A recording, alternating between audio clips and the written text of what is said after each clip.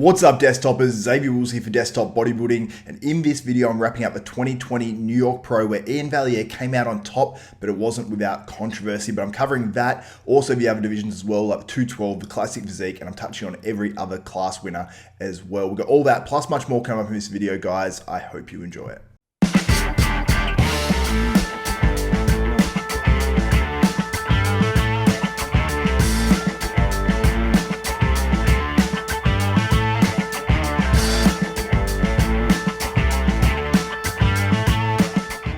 What's up, Desktopers? Now, before we get into this video, I want to encourage you guys, if you like and appreciate this content, please give me a thumbs up on this video, smash that like button, also subscribe and hit the notification bell button. That way you'll be notified of every video that goes up for myself, Xavier Wills at Desktop Bodybuilding. We've got bodybuilding news, we've got interviews, we've got contest coverage just like this, plus much more. So make sure you do subscribe, including the Cali Pro, which is on next weekend. So I have previews and wrap up videos for that as well. But let's get into this one. So Iain Valliere, as I mentioned at the start of this video, comes out on top, and it wasn't without controversy because he came second to Hunter Labrada just 4 weeks ago at the Tampa Pro.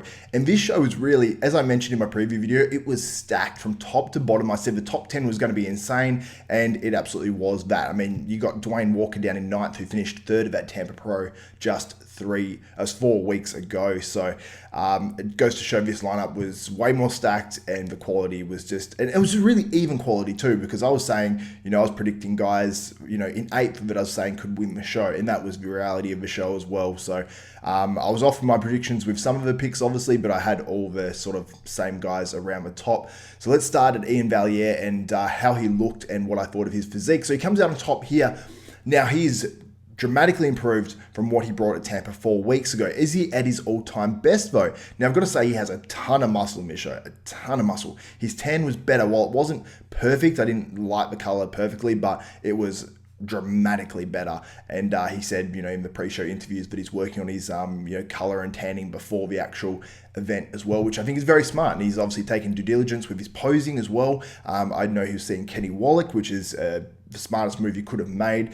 The only thing I'll give him a knock on is he wasn't smiling. He still didn't look happy to be on stage, which until he won pretty much. So I do want to see Iain maybe having a bit more fun on stage and enjoying himself up there. And I know he said in interviews before that he doesn't enjoy the whole being on stage thing as much as probably some other guys, but I would like to see that. So overall, much improved, but did he deserve to win? Second place finisher Justin Rodriguez looked by far his best. He looked sensational. Now, Iain beats him in the quads from a waist down. There's no doubt about that, in my opinion. But Justin Rodriguez, while his legs are slightly down, it's more because his upper body is so big and he's got such wide clavicles, so his shoulder structure is super, super wide. But Justin Rodriguez, his front double bicep and back double bicep, no one was beating those shots. He looked absolutely crazy. His conditioning was really, really good. I like his color still more than Iain, even though Iain's color was better than Tampa. So in this decision, by the video, by the photos, I might have had Justin winning, but I wasn't there. I want to preface all of this with I wasn't there, but I really did like what Justin Rodriguez brought to the stage, and I thought he looked absolutely phenomenal. And I think going forward, that Justin is going to be, I suppose, credited with, getting those good look-ins at prejudging and being able to actually be recognized straight away, because I feel like he got overlooked at prejudging, and at finals he made up the ground and moved ahead of Jon De La Rosa, who finished down in 3rd place. And going into this show, I think I picked him as the winner. I thought that, he's got a great name in the sport.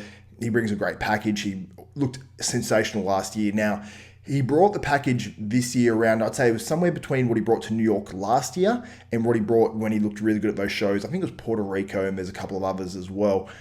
Now, I think it was a package somewhere in between, something like maybe the Olympia last year or maybe slightly down on that. So I think Jon can improve on this package. Now, Sachev was pretty harsh on his conditioning in this show. Well, the comments he made, he said 6 to 10 week out conditioning. I don't think that's true. I don't think it's 6 to 10 weeks out, because you could see Jon had striated glutes and he was really hard in some shots. But Dave Palumbo also had the opinion that maybe maybe he was a little flat, and that's why he didn't pop, and that's why, from the front and the chest and a few other body parts, he didn't have the striations like we're used to seeing from Jon from last year. So I think that Jon, whether he was just slightly off of his conditioning or whether it was a bit of water or he's just a little bit flat, there was just something slightly off. But overall, 3rd place in this lineup is sensational. In 4th, Hassan Mostafa, and he's been the guy that I suppose has caused the most, talk in this show, because he was really freaky. Like, his legs are on another planet. They are probably the biggest legs on the planet. I might do a separate video on that as well because he just looks absolutely insane. Now, his conditioning, in some photos I see it, I might be looked a little bit off. But then when I see the photos of Bill's iPhones and, you know, a bit of video footage, he looked still in pretty good condition to me. I think the lighting wasn't the best, and I actually even saw when one of the bodybuilders walked forward in their routine, their conditioning looked dramatically better. So I think Hassan overall was conditioned well without being peeled to the bone like some of these other guys. So I'd probably say his conditioning was somewhat similar to Jon De La Rosa's, maybe slightly behind Jon, I'm not too sure.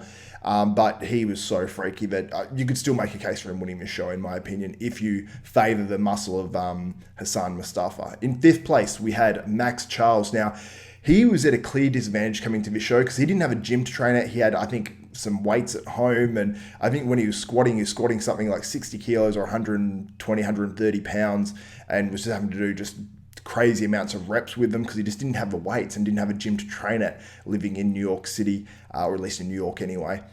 And I think it showed a little bit in his legs. I mean, his legs weren't terrible, but standing next to Hassan Mostafa, his legs look dramatically, they just look small. And I think Hassan Mostafa would make anyone's legs look small. But we had a lot of guys in this lineup with really good legs, which I think actually would have hurt Maxx Charles as well. Because you had, you know, Iain Valliere, tremendous legs. Quinton Araya, tremendous legs. Hassan Mostafa, tremendous legs. So you had some guys, even Iain Valliere has some really good legs on him as well. So I think that hurt Max in this lineup. But upper body wise, you can make a case for him winning this show hands down. In 6th place, we had Patrick Moore. And Patrick Moore is one of these guys that he's either going to finish first or he's going to slip a bit because he isn't as big as a lot of these guys. I mean, he's reminiscent a little bit of Dwayne Walker, who finished down in 9th place, because they're the guys that are slightly smaller than everyone else, but they bring supreme conditioning and they have pretty nice shapes and posing as well. So I think this is probably about the right placing for Patrick. I think he just needs a bit more muscle. He was shredded, but I think he just needs more muscle and more fullness. And I think something like he brought to the Olympia, where he had the conditioning and he had, you know, the fullness, or at least full enough to place, you know, top 10 in Olympia. I think that's what Patrick really needs to bring to the stage. And, you know, he's early in his career, so he's got plenty of time to figure that out. So Patrick Moore was in 6th. In 7th, we had Iain Valliere, and, you know, coming into this show, I thought Antoine was going to place a little bit higher. I thought maybe his upper body wasn't as behind his legs as I perhaps thought it was. But when he turned to the back and hit a few back shots and the transitions in the back shots, you'd see his back's just a bit shallow, which is hurting him. Overall, upper body is still pretty decent, but his legs definitely overshadow it. So if he's able to bring up his upper body and just, you know, get that fullness into his back and a few other upper body parts, I think that he's going to be incredibly dangerous. And honestly, this was such a tough lineup that any other pro show lineup that's not the Arnold or the Olympia, I think that he would have been top 5 easily, and probably maybe even battling it out for a 2nd or 1st place. So Iain Valliere in 7th. In 8th place, we had Quinton Araya. You know, he was the talk of the town coming into this show because he's 25, he has crazy shape, he has crazy muscle bellies.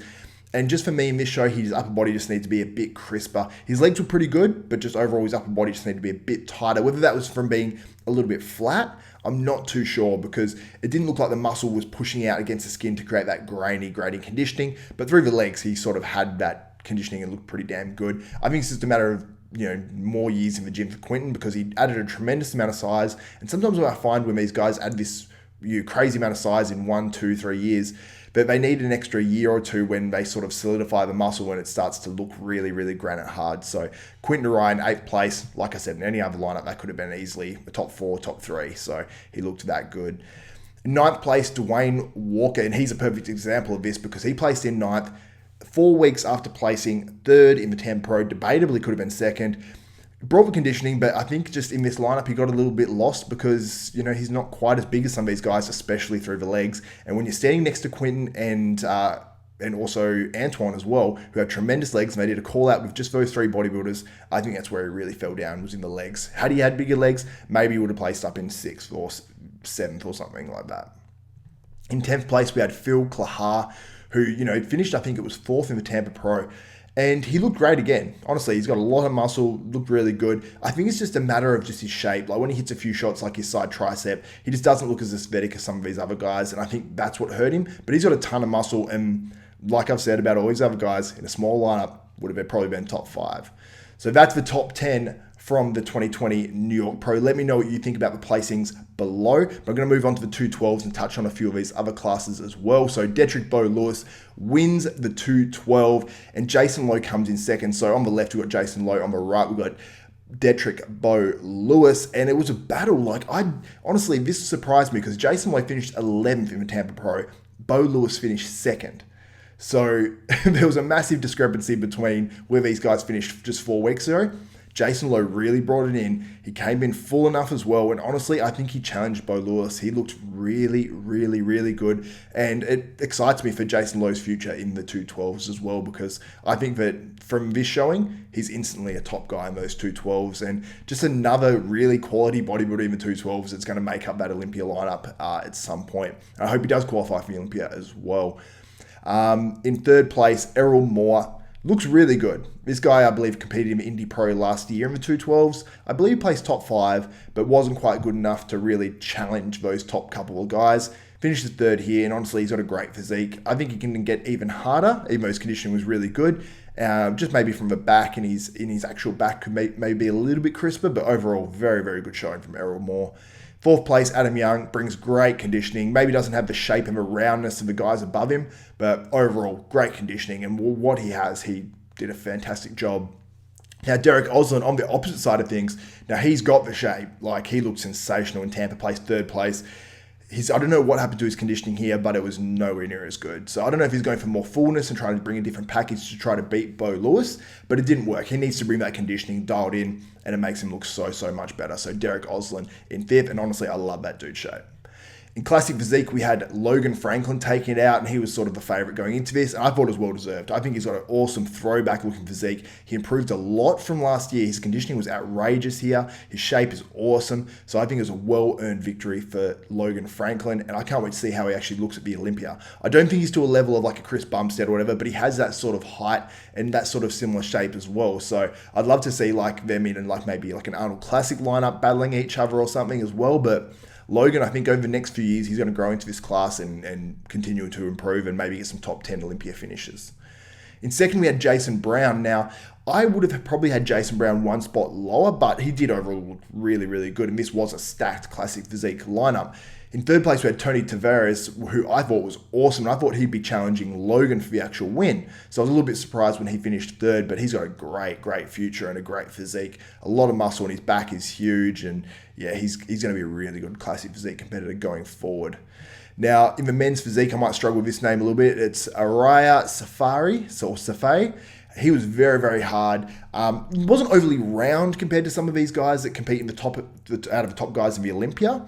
But overall, great conditioning, great back, great balance. Very, very impressed, and he deserved that win. In the women's physique, we had Rachel Jennifer Daniels, turned pro just 1 week ago at the Junior USAs, comes in here, wins her first pro contest 1 week later, and is off to the Olympia. So that's an awesome story. She's got a great physique. Honestly, I thought she looked absolutely tremendous. In a posing routine, I will say one thing, she rushed her poses. So when she hit the actual poses, she didn't hold them long enough because it was, her routine ended up being a lot of transitions, which I prefer if they, slow it down, hold those poses for 3 seconds, and then move on to the next pose, and then they can do their nice sort of transitions. But overall, sensational. Credit to her, and what a dream come true for her.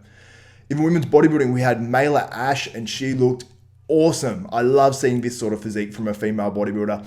Great shape, very pretty as well, and just overall looked just sensational. The only knock I'll say on her physique is maybe she could use a little bit more quad if she's going to be competitive in an Olympia and even challenge for an Olympia title. I think she needs a little bit more quad, so if she can blow those up a little bit more, she is going to be dangerous, and she's going to be an Olympia contender. So I was very, very impressed with Mayla Ash.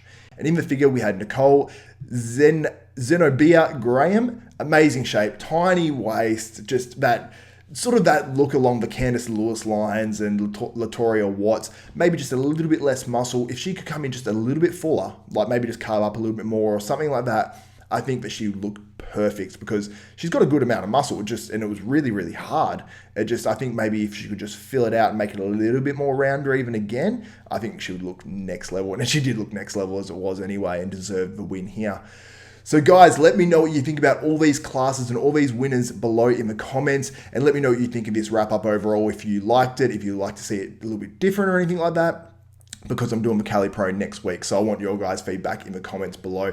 What did you think? Should Iain Valliere have won? Should someone else have won? Was Hassan Mostafa ripped off? Was Maxx Charles ripped off? That's a lot of what's coming out of his show. And was Justin Rodriguez ripped off as well? Should he have won this show? Let me know what you think in the comments below. And I just want to say shout out to Iain Valliere on redeeming yourself, because many people would have packed up shop and just been, I'm done with his bodybuilding season. He persevered, came back, looked way better, and won this show. So credit to him, and he wins that awesome New York Pro title and that awesome New York Pro ring as well. So that's it for this video. If you guys want to support this channel, make sure you head to hostile.com, HOSSTILE.com, and use the code ZAVE10, XAV10. You'll get some of the best supplements in the world. Their pump product Bloodshot is next level. It's a 32-gram serve, no fillers, no added carbs or anything like that, just all legit ingredients in there. And you can check the ingredients list and everything like that and the nutritional info on their website as well. Don't take my word for it. So that's it for another video. If you like this content, give me a thumbs up, smash that like button, and also subscribe and hit the notification bell button. That way you'll be notified of every video that goes up for myself, Xavier Wills at Desktop Bodybuilding, and I'll have more of a contest coverage next week. So that's it for another video. For Xavier Wills, Desktop Bodybuilding, we are out.